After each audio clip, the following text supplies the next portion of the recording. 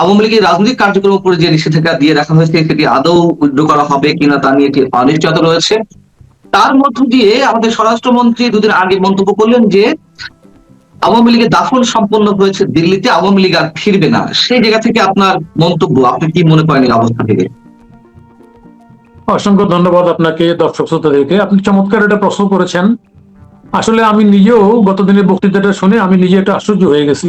এ কারণেই যারা বিজয় লাভ করে, যে কোনো কিছু বিজয় লাভ করে বিজয়ীরা সাধারণত তার দৃষ্টিভঙ্গির প্রসার হয়। আমরা আশা করেছিলাম কিন্তু সরকারের কাছে, যেমন 69 সালে 10 বছরে আইয়ুব খান পরাস্ত হওয়ার পরে আন্দোলনে পরাস্ত হলো এবং নির্বাচনের মধ্য দিয়ে মুসলিম লীগকে পরাস্ত করে তাকে তার অন্ত্যেষ্টিক্রিয়া সম্পন্ন করা হয়েছিল। দুর্ভাগ্যের বিষয় হচ্ছে বর্তমানে ক্ষমতাসীন সরকার এবং যারা আছেন বিরোধী দলে, এরা কিন্তু আন্দোলনে আমরা সবাই মিলে আওয়ামী লীগকে পরাস্ত করতে পারলেও কিন্তু নির্বাচনের মধ্যে পরাস্ত করতে পারেনি। ফলে এই যে কথাটা বললেন উনি যে আওয়ামী লীগের দাফন সম্পন্ন হয়েছে, এটা সম্পূর্ণ একটা কি বলবো আমি ডেমাগোগি করলেন এবং এটা কিন্তু মারাত্মক ক্ষতির সম্মুখীন হবে রাজনীতিতে। একটা তো প্রতিহিংসার তো বিষয় আছেই, তারপরও আপনি ভোটে ফেস করার সাহসই করলেন না। যেহেতু সাহস করলেন না, সেই কারণে আওয়ামী লীগের দাপন সম্পন্ন হয়েছে এটা বলার কোনো সুযোগ আপনার নেই।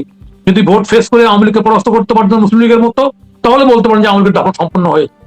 আমি আশা করব বর্তমান সরকার 2/3 মেজরিটি ক্ষমতায় এসছে, আমি রাজনীতিটাকে সহনশীল পর্যায়ে নিয়ে যাওয়ার জন্য। প্রতিহিংসা দিয়ে কিন্তু ক্ষমতা ভোগ করা যায়, ক্ষমতাকে চিরস্থায়ী করা যায় না, পাকাপোক্ত করা যায় না, কাউকে নিশ্চিহ্ন করা যায় না। ফলে যে প্রতিহিংসার রাজনীতি বর্তমান সরকার নিচ্ছে, এটা দেশ জাতির জন্য অশনি সংকেত। আমি দ্রুত বর্তমানে এই বিএনপি দলটিকে আমি প্রতিহিংসার থেকে দূরে এসে একটা সহনশীল রাজনীতি এবং এই যে বিগত সরকারের সময় যারা খুন খারাপি করছে, যারা দুর্নীতি করছে, টাকা পাচার করে বিচার হোক, অবশ্যই চাই আমরা, কিন্তু পাশাপাশি সেই সেই যেটা শক্তি, সেই শক্তির রাজনীতির অধিকারটা যারা রাজনীতি করতে চায় তার অধিকারটা অক্ষুণ্ণ থাকুক। না হলে বাংলাদেশে এই প্রতিহিংসার রাজনীতি, পালাবদলের রাজনীতিটা এটা কিন্তু স্বাভাবিক প্রক্রিয়ায় কিন্তু এটা সম্পন্ন হবে না। আমাদের মূল দুর্ভাগ্য হচ্ছে যে আমরা কখনোই নির্বাচনী প্রক্রিয়ার মধ্যে ক্ষমতা পরিবর্তনের ধারাটাকে আমরা শক্তিশালী করি নাই। আমরা দেখেছি দেশ স্বাধীনের পর থেকে বঙ্গবন্ধু হত্যাকাণ্ড, এরপর অবৈধ ক্ষমতা দখল এবং আবার উচ্ছেদ, হত্যা, আবার অবৈধ ক্ষমতা দখল, এই যে ঘটনাগুলি, এই ঘটনাগুলি বাংলাদেশের সামগ্রিক গণতান্ত্রিক রাজনীতি ক্ষতিগ্রস্ত করেছে, এটা আমি মনে করি। কিন্তু সরকার যদি মনে করে আমরাই শেষ, আমরাই চূড়ান্ত, আমরা যাহা বলবো তাহাই শেষ, তাহলে এটা একটা ফ্যাসিস্টিক মনোভাবের বহিঃপ্রকাশ। এমনিতে সরকার বিগত 4 মাস হয়েছে ক্ষমতায় এসছে, আওয়ামী লীগের যে পুরনো পথ দেখানো পথ, সেই পথেই হাঁটছে সরকার রাষ্ট্র পরিচালনার ক্ষেত্রে। আপনি টিআর বলেন, কাবিখা বলেন, চাঁদাবাজি বলেন, এই সামগ্রিক বিষয় মিলে এগুলো করতেছে। আমরা তারপরেও তো আমরা তো অবাক হয়ে গেলাম। আমি তো কি বলবো নিয়ে, এই যে গতকালকে আমরা দেখলাম সংসদ ভবনে একটা দেশের যত বড় ক্ষমতা হোক না, তার 250 বছর স্বাধীনতা উপলক্ষে একটা উদ্যম নৃত্য দেখলাম সংসদ ভবনের সামনে। কি জন্য, কেন, কি কারণে? এটা কি আমেরিকার কাছে কি এত ক্ষমতা যে ক্ষমতার কারণে আমেরিকা যা বলবে তাই শুনতে হবে? আমি তো কোনো কারণ খুঁজে পাই না। আজকে মধ্যপ্রাচ্যে একের পর এক জঘন্য হত্যাকাণ্ড আমেরিকা সমর্থন ইসরায়েল চালিয়ে যাচ্ছে। শিশুর থেকে শুরু করে আমেরিকা নিজেও ইরানে হত্যা করলো। সেই আমেরিকার এরকম খোলা উদ্যম নৃত্য তার কি পাস করতে হবে, তার দেশের প্রতিষ্ঠাবার্ষিকী 250 বছর পূর্তি করতে হবে আমাদের সংসদ ভবনে? কেন? এটা জনগণকে তুচ্ছ তাচ্ছিল্য করা, বাংলাদেশের জনগণকে হেয় করা। যে আমেরিকা, হ্যাঁ আমেরিকার সঙ্গে বন্ধুত্ব আমাদের থাকবে, থাকুক, অসুবিধা নেই, কিন্তু যে দেশটা 71 সালে গণহত্যার জন্য দায়ী যুক্ত, সেই দেশটা এখানে লম্ফজম্প করছে, উদ্যম করছে সংসদের সামনে, এর লজ্জা রাখি কোথায়?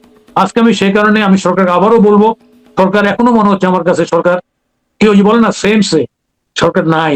সরকার ক্ষমতার পিঠে শহর হয়েছে। যে ক্ষমতার পিঠে শহর হলে জনগণ থেকে সরকার বিচ্ছিন্ন হয় এবং এবং এর পরিণতি সরকারকে ভোগ করতে হয়, যেটা দেশ জাতির মঙ্গল হয় না। এবং যার কারণে বাংলাদেশ সরকার মনে করতেছে যে আমেরিকাকে সন্তুষ্ট রাখতে পারলেই আমাদের ক্ষমতাটা চিরস্থায়ী ভাবে পাকাপোক্ত হবে।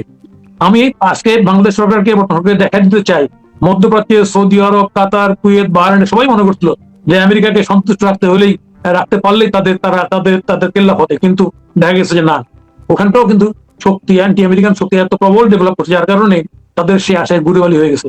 ফলে বাংলাদেশে যে সরকার মনে করছে যে আমেরিকাকে তুষ্ট করতে পারলে, যা বলবে তাই শুনলেই আমরা আমরা সবকুল পার হয়ে যাব, আমার ধারণা এই জায়গাটায় ওনারা ভুল করছে। এবং সেই ভুল যদি শুধরাতে না পারে, দেশ জাতি আরো ক্ষতির সম্মুখীন হবে, ক্ষতিতে পড়বে। আমি আবারও সরকারকে আহ্বান করবো, আপনি এই জায়গা থেকে বেরিয়ে আসেন। আমাদের দেশটা কোনো শক্তির কাছে, বিদেশি কোনো শক্তির কাছে, দিল্লি না ঢাকা, এটা এখন ফাঁকা। এখন কি মার্কিন যুক্তরাষ্ট্র না পাকিস্তান, এগুলি তো লোকজন বলছে। ফলে এইসব কোথাও আমরা দিল্লিও না, আমরা পাকিস্তানও না, আমরা যুক্তরাষ্ট্রও না, আমরা বাংলাদেশ। অনেক কষ্টের এই দেশটা, পৃথিবীর মানচিত্রে বাঙালিদের একটাই দেশ, সেই দেশটা শির উঁচু করে, মাথা উঁচু করে গোটা বিশ্বের মান থাক, আমরা এটাই চাই। ফলে কারো প্রতি বর্তমান সরকারকে বলবো আমি, কারো প্রতি বিশেষ অনুকম্পা নিয়ে অথবা বিশেষ কি বলা যায় যে দৃষ্টিভঙ্গি নিয়ে সক্ষতা প্রেম প্রীতি করতে গেলে এটা ওই গরিবের সুন্দরী বউ ভাবির মতোই হবে। ফলে সরকার এই থেকে বেরিয়ে আসুক, আমি এটাই কামনা করি।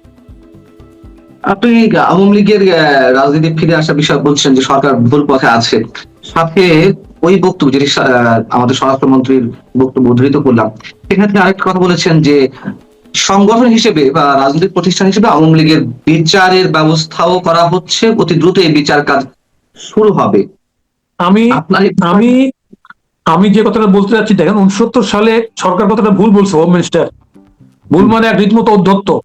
69 সালে মুসলিম লীগ পরাস্ত হওয়ার পর নির্বাচনের মধ্য দিয়ে মুসলিম লীগকে পরাস্ত করে আমরা তার দাফন সম্পন্ন করেছিলাম।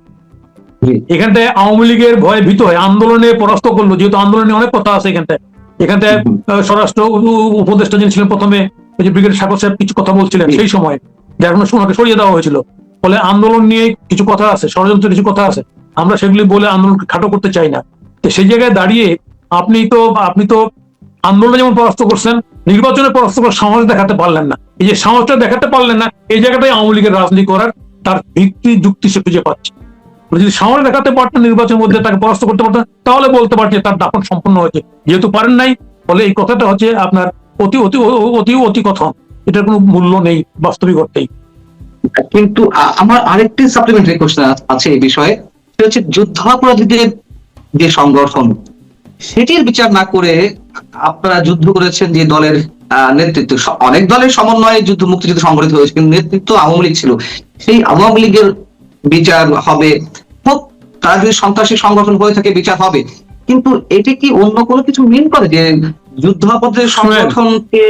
জি, মিন তো করে। আপনি দেখবেন এই যে জুলাই যোদ্ধা, আমরা দেখেছি, আমরা যখন ওই যে সংস্কার কমিশন বসেছি, আমরা দেখেছি মুক্তিযুদ্ধটাকে খাটো করে বাইপাস করে ডিলিট করে একটা ওনারা মেটিকুলাস ডিজাইনের সামনে এগোতে চাইছে, যার কারণে আমরা সংস্কার কমিশনে সই করিনি, আমরা বেশ করে দল আমরা সম্মতি হই নাই।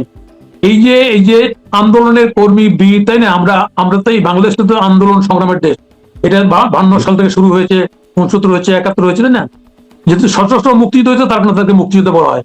এখানটায় এই যে জুলাই যোদ্ধা, তাহলে কি ওনারা কি সশস্ত্র, এই যে কথা জুলাই যোদ্ধা যদি ওনারা হন, তাহলে কি এই যে গুলিগালা বোথ সাইড এগুলি ওনারা করছেন?